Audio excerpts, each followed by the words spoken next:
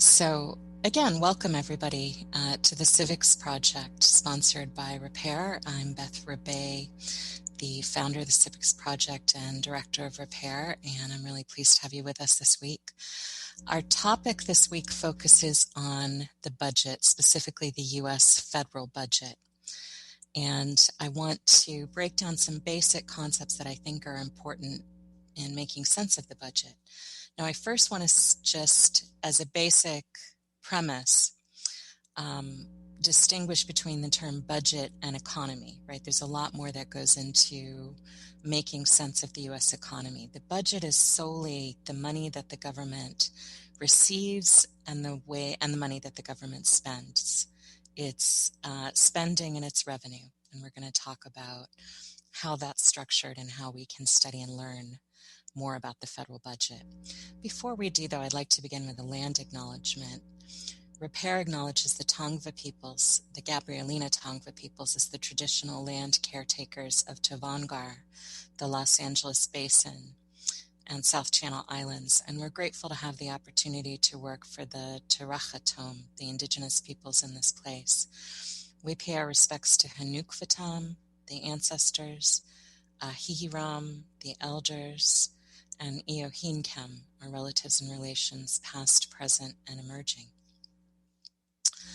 So returning to the subject of the U.S. federal budget, the budget is made up of primarily of all tax revenue that's generated by individuals, by families, and by corporations. The federal budget also includes some revenue, generally somewhere in the range of 60 to 70 billion, that comes in from tariff taxes, mostly on imported goods.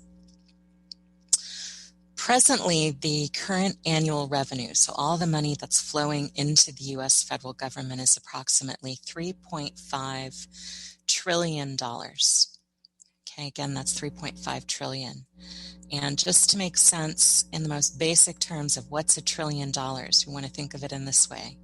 Everyone understands what a million is. Most of us know that if you take 1,000 millions, that makes up a billion. If you take 1,000 billions, that's 1 trillion. So it's like a million times 1,000 times 1,000 again, or a million millions is 1 trillion. So the U.S. federal income, its revenue coming in each year right now is at about $3.5 trillion.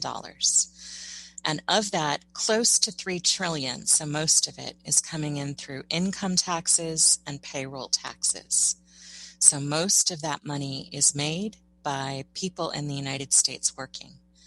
And that includes work done by citizens, by non-citizens who are permanent residents or who have a green card, and labor by undocumented persons. Federal spending, right? So what the government spends is currently listed as around $6.7 trillion. And that does not include for 2021 the current rescue package, which is going to add another approximately $1.9 trillion to this year's spending.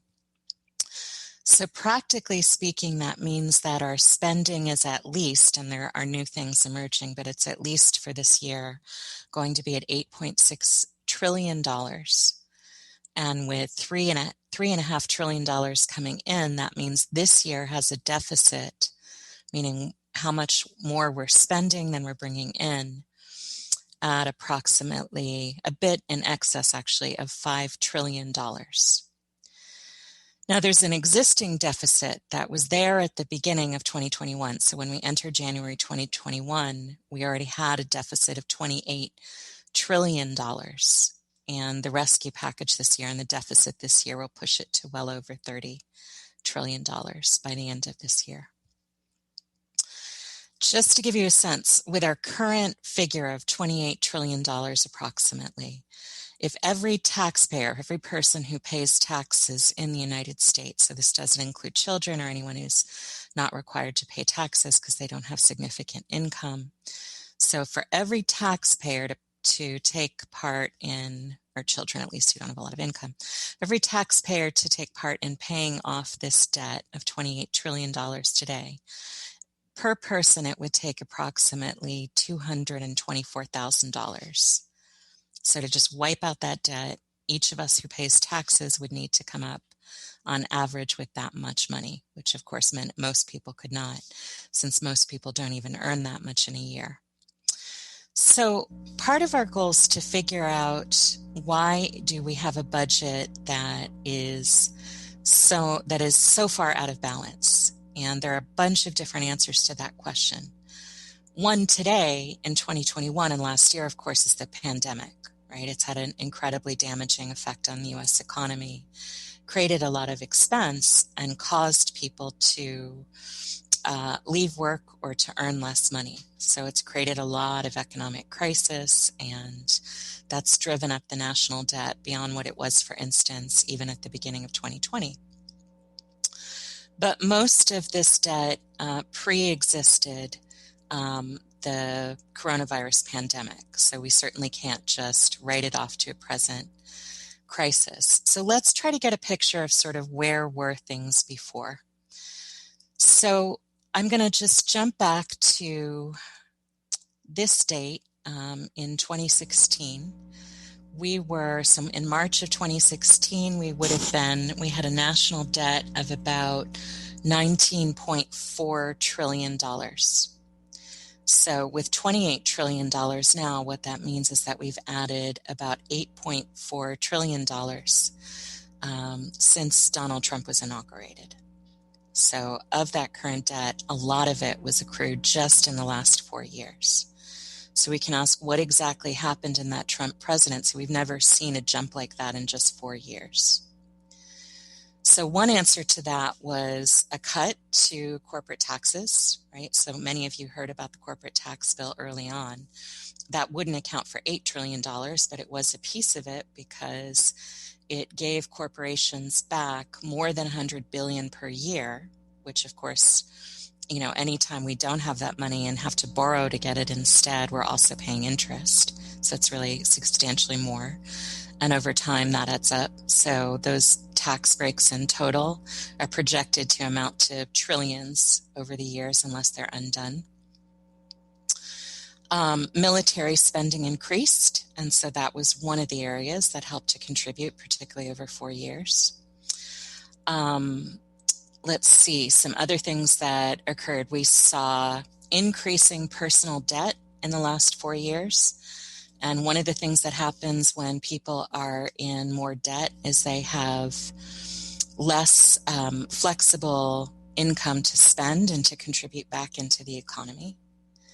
And so there was kind of less revenue being generated, more people just trying to pay down debt. So that was a part of it, right? Individual taxes did not go down significantly. Corporate taxes did. Military spending went up. And spending to some areas of social services went down, but even though that temporarily saves, it also, again, increased personal debt, increased the economic burden on individuals, which meant that the economy as a whole suffered certain repercussions. So that helps to answer. And in addition, we spent hundreds of billions of dollars each year just paying interest on all of the debt. So all of that helps explain why did the Trump presidency increase our national debt by approximately, 8.6 or 8.4. I'm just looking at the figures again, actually $8.6 trillion. But let's compare. Let's think about where things were before. So I want to jump back now to 2008. And what we see is that when Barack Obama took office, so in March of 2008, right, he had just been the president for a little less than 2 months, he was inheriting a national debt that was just under $10 trillion. Right? So one of the things that we see is, though, that it took the Obama presidencies longer than it did Trump. Over 8 years, the national debt increased by about $9 trillion under the Obama-Biden White House. And there are a few reasons that we can understand that happening. And the biggest one was that they inherited a recession, right? So some of you may remember the S&L crisis, the Great Recession in 2007 and 2008. Many political scientists and analysts indicate that the sort of crashing economy was one of the reasons why Obama was elected, why people in the United States were very ready for a different president. And so the Obama-Biden response, there were a few different things that they could have done. One would be sort of more dramatic transformations of the U.S. economy, but there's no indication that the Congress in 2008 would have supported those kinds of deep, deep changes, and we can talk more later about what those would be. And so the Obama-Biden response was to pull the United States out of the recession by pumping money into the economy. And they succeeded. They pulled the United States out of an economic recession. They got more people back to work. They managed the housing crisis, the S&L crisis, and got banking more stable. And there were, as I said, people got back to work. Rates of unemployment steadily went down over most of the Obama presidency, and a number of social programs were funded that helped meet the most pressing needs of the recession. So they got the economy up and running again, which was good, but they did so by taking on a lot of debt. So what we see is that over about 8 years, the Obama-Biden administration basically doubled our national debt. And Trump then added another $9 trillion to that in just 4 years. So about $10 trillion over 8 years for Obama and Biden, and Trump in about 4 years. I want to jump back a little further. Why was there a recession, of course, is a much more complicated question than I could answer in a few minutes. But just to give folks a sense of where the national debt was in 2000, when George W. Bush had just taken office. So I'm looking back at figures from March of 2000. And what we see then is that we had a national debt that was at about, so this is right after Bush took office, but before he had a chance to make much impact. So what he inherited from Bill Clinton was a national debt, different term, of about $5.7 trillion. And at the time that George W. Bush took office, that deficit was going down. So what that meant basically is that, I started off by saying that we've got this huge deficit between what we're bringing in per year and what the United States is projected to spend this year. In 2000, when Bill Clinton left office, there was a surplus, meaning that while there was national debt of about $5.7 trillion, all of the U.S. tax revenue that was coming in exceeded U.S. spending by about $175 billion, right? So the U.S. could pay all its bills and pay its interest, and then still had about $175 billion a year to be paying down that principal, right? To be making payments to reduce that deficit. So in the simplest terms, what George W. Bush inherited was some debt, but a balanced budget, a budget that was primed to pay off that deficit over time and was heading in that direction. And that recession pushed things in a different direction. And the Obama and Biden response, though it was certainly needed to save lives and get the economy running, really massively increased that debt beyond anything that we've ever seen. And what ideally would have been happening, and what Obama and Biden at least had been trying to do towards the end of the presidency, was to move towards debt reduction. But some of you may remember that after the first couple years of Obama's presidency, the Democrats lost control of Congress. We had a split Congress, and then the Republicans took complete control. So we also didn't have an executive and legislative branch working in tandem to reduce that debt past those first 2 years of crisis management. So this is all short and oversimplified, but one way to understand why we entered 2016 and the Trump presidency with as much debt as we had is that we didn't have a federal government that could work in concert to bring it down while still continuing to rebuild the economy. And then what we see is the problem got a lot worse, and then the pandemic hit. Now, if folks are ready for a little more bad news, and sorry, but I got to bring it because that's part of the educational work.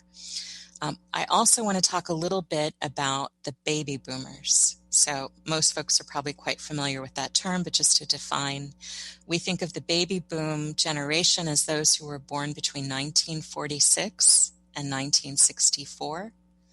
So that cohort. And at the time, it was the largest generation of people born in the United States. And 1946, as some of you may know, was just a year after World War II ended. So the baby boom is generally marked as this period in which people were coming home from war, many of whom had been drafted and were ready to have babies. And a lot of them did, and they were born the next year. And the context for that was also about a growth economy. This was a time, for instance, where the U.S. was solidly out of the Great Depression of the prior decades, or the prior period, and the earning potential that an average person, and there's really no such thing as an average person, but if we take statistical averages and think about what people could expect, at least for people with some class or racial privilege, one could expect with a high school degree to have the earning potential then that today requires a post-baccalaureate degree, a graduate degree, like a medical degree or a PhD or a law degree or an MBA, right? So earning potential was good, the economy was growing, people had babies, and they had this very big generation. And one of the reasons this is significant is that the baby boomers now are aged between 56 and 75. So a good number of them have already entered retirement age, and a number of them have already retired. And we are posed over the next decade for most of the baby boomers to enter retirement. Why is this very significant? Some of you can imagine. A big reason why it's very significant is that we're going to have a large portion of the population who won't be of working age and therefore won't have a lot of income taxes to pay into the government, but will be entitled to be getting Social Security income back from the government. And as you might imagine, with our government, which has $28 trillion today in debt, they don't have a reserve where they saved up all the Social Security withholding from people's paychecks over the years. So our government owes this money back to people who are middle-aged, aging, and elderly, who have had this money withheld and given to the government out of their paychecks, and who expect it back to live on. But the United States government does not have it. It's spent that money, right?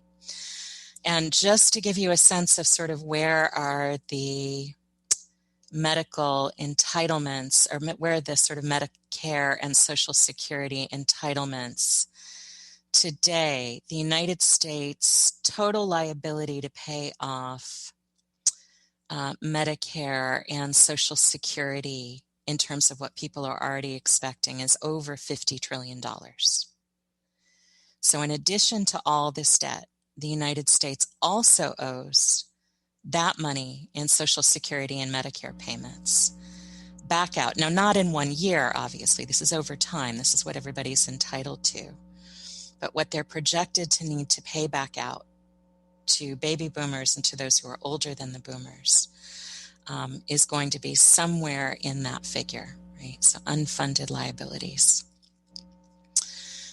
So that's, and again, the math is complicated because it's also a question of, sort of how many people will live to certain life expectancies and what's the liability for people who are working and younger as opposed to those who are retired now or will retire over the past 10 years. So those figures are not exact, but that just gives you a sense, right? The United States doesn't just have all this debt to manage, it also has this aging generation, which has paid a lot into the economy, which has not been saved up for them, and which, as the U.S. practice has been, would be paid back out of the Social Security and Medicare, withholding taxes from people who will be working now and in future.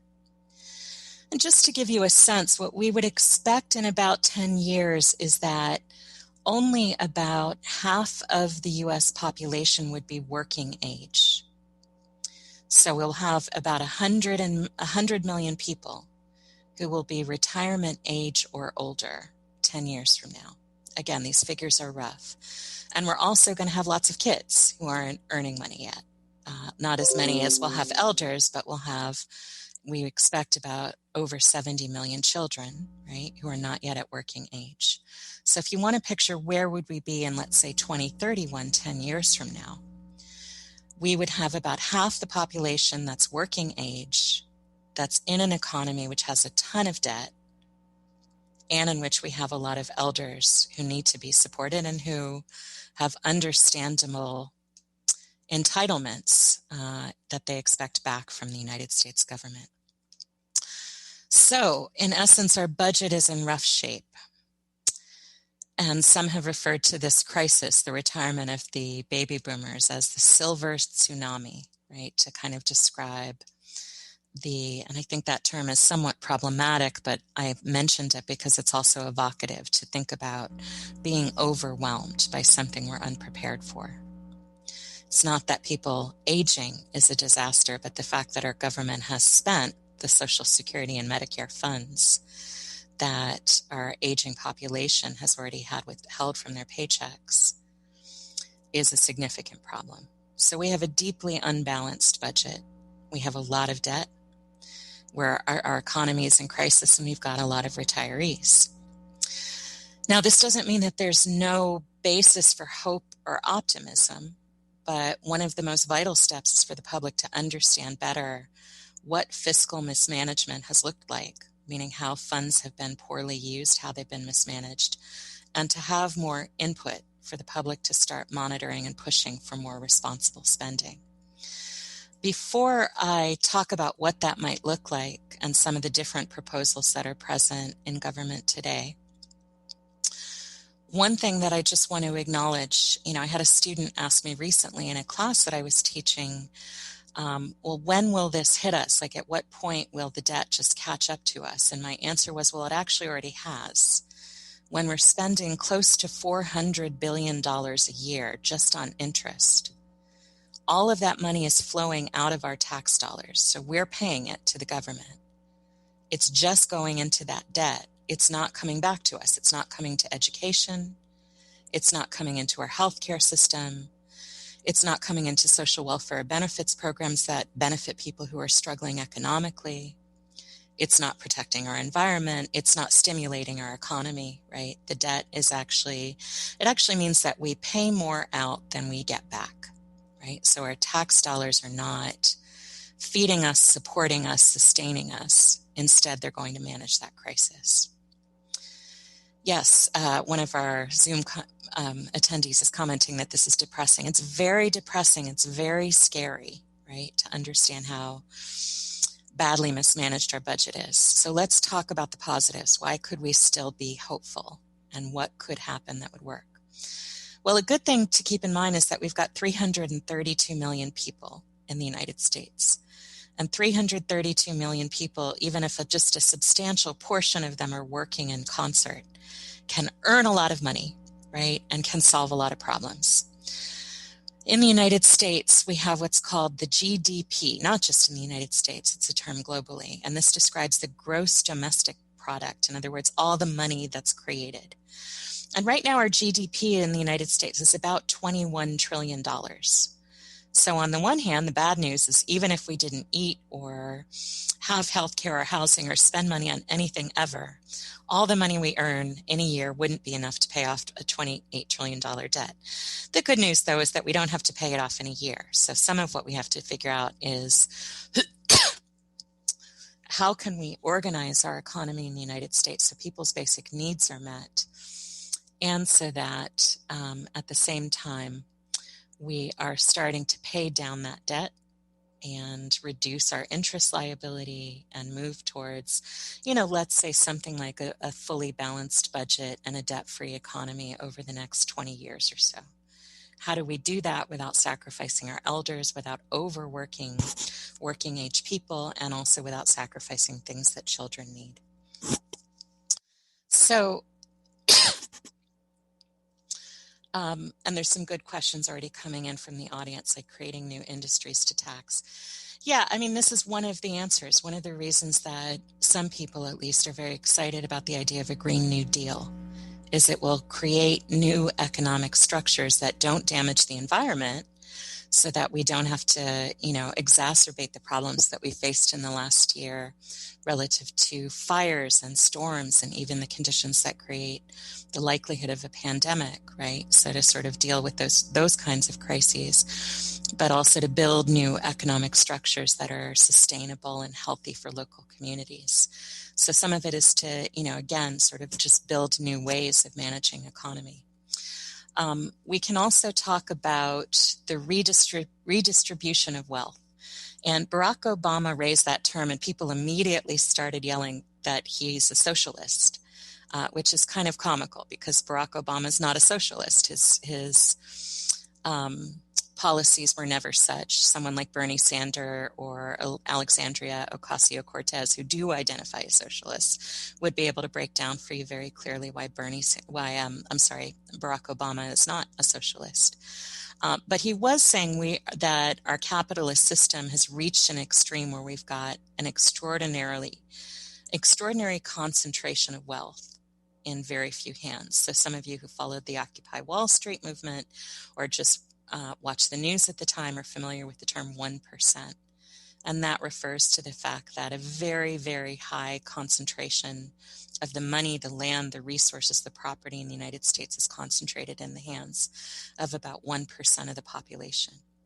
And the reason that that's a problem for our economy is that when you have so much of the resources that are created flowing into just a few portion of the people, they sit on it. That wealth doesn't channel back out. It isn't spent in the economy. It isn't benefiting other people. It isn't supporting or creating new industries for the most part. It's just accruing. It's just sitting there and earning interest. And so we find that when more of the wealth is in the hands of middle class people, and we have a large middle class, and we start moving seriously towards eliminating poverty, then people are able to build a thriving economy in a way that when most of the money is just concentrated in the hands of a few people, people can't do because they're just spending money on survival and not on growing the arts or building new things that are exciting or just being able to give money fairly in thanks and in response to the things that those in our immediate communities create. So redistributing wealth so that there is possibility for more small business and so that individuals can spend money freely and fairly, right, is one of the ways in which we make the economy grow.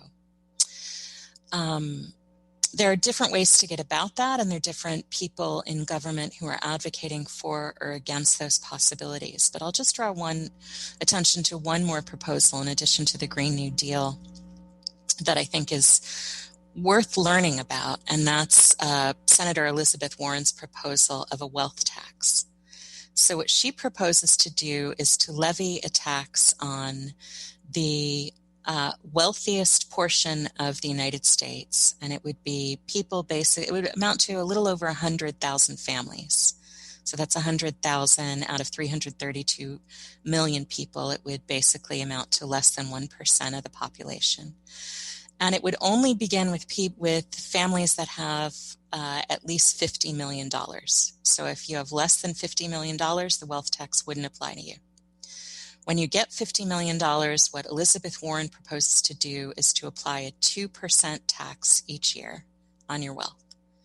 To basically say you've got so much money that unless you throw it away, right, you would never have a way to spend it on yourself in your lifetime. You should have to give some of that back to the economy.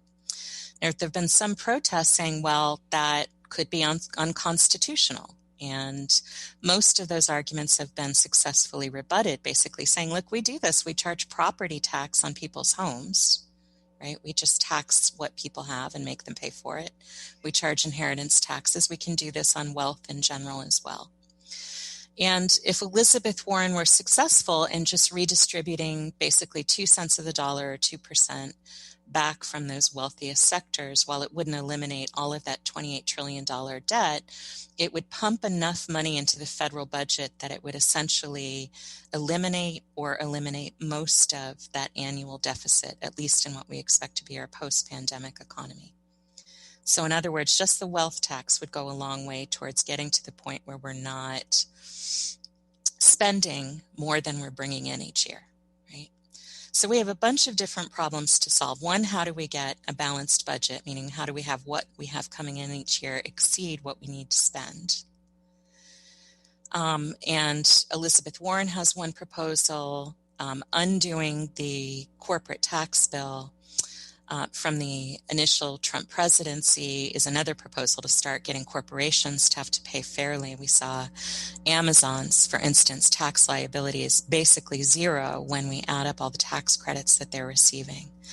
And so what we see is that corporations have so many different ways in which they can legally avoid paying taxes that they are accumulating a lot of wealth that they're not paying back into the economy. So corporate taxation, Elizabeth Warren's wealth tax, all of these are some of the proposals that people are putting forth to bring us back into balance. The last thing so these are some of the different proposals that are out there that I think are interesting and that I continue to learn more about.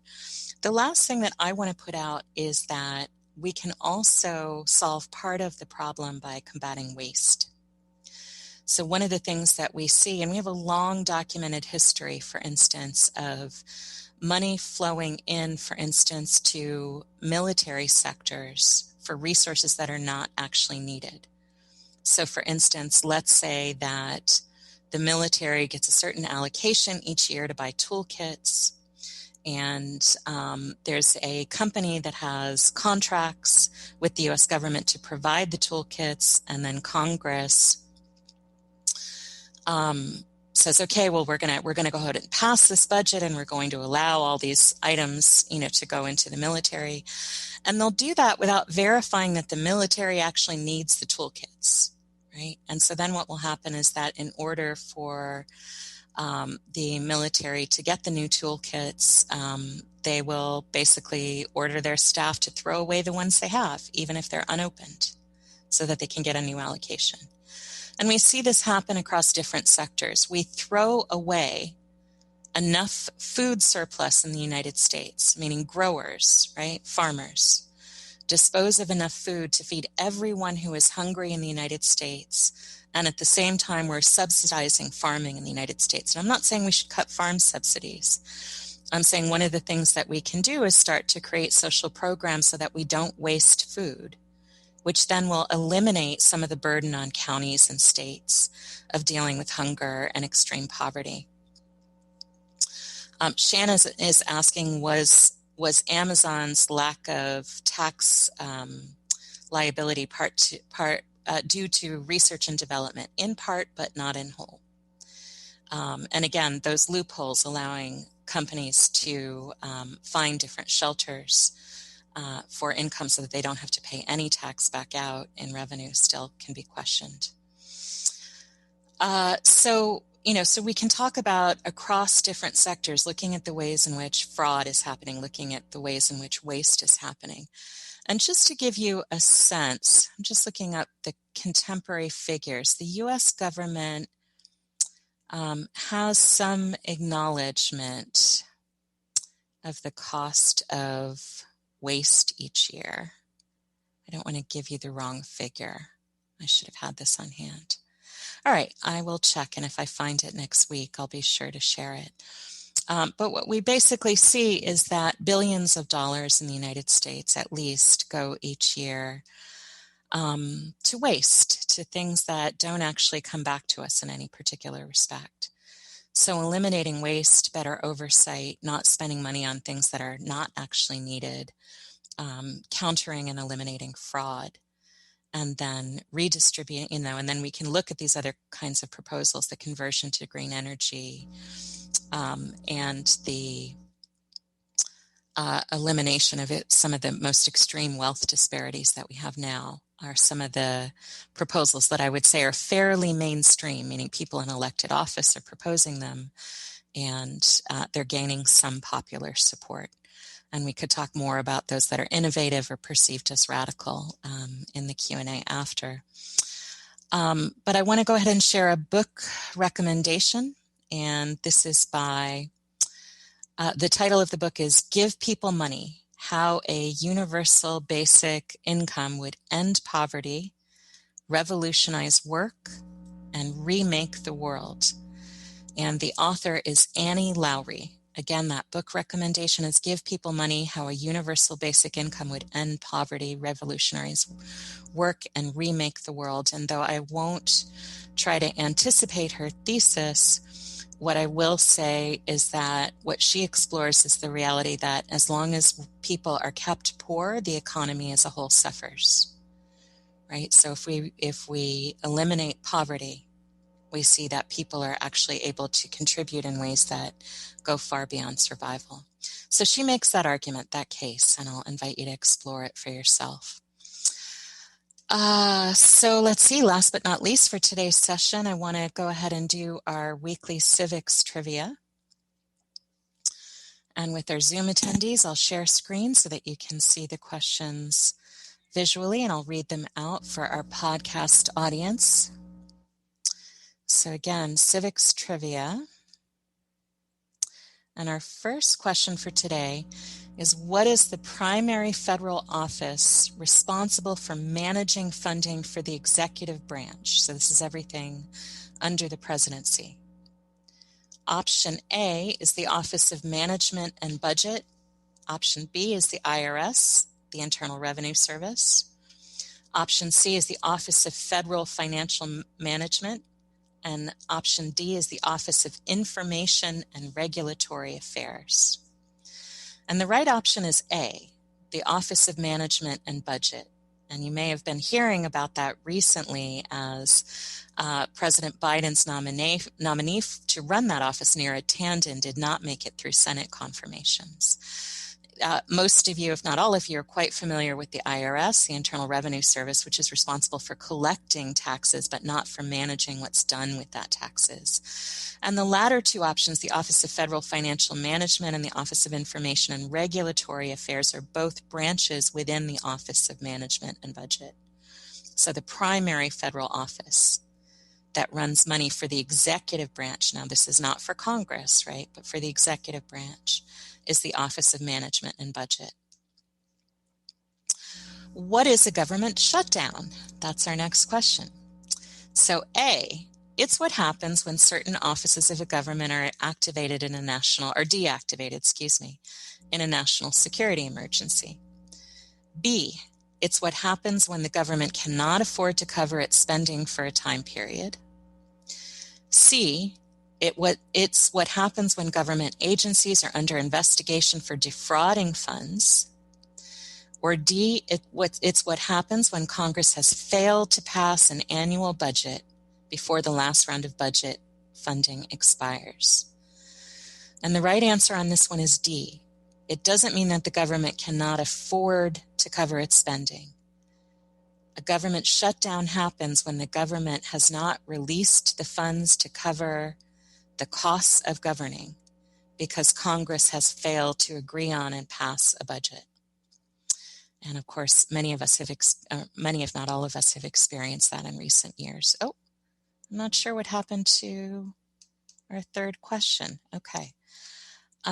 Sorry about that. Our PowerPoint slides here seem to not be the most updated one, so we'll just go with 2 for today.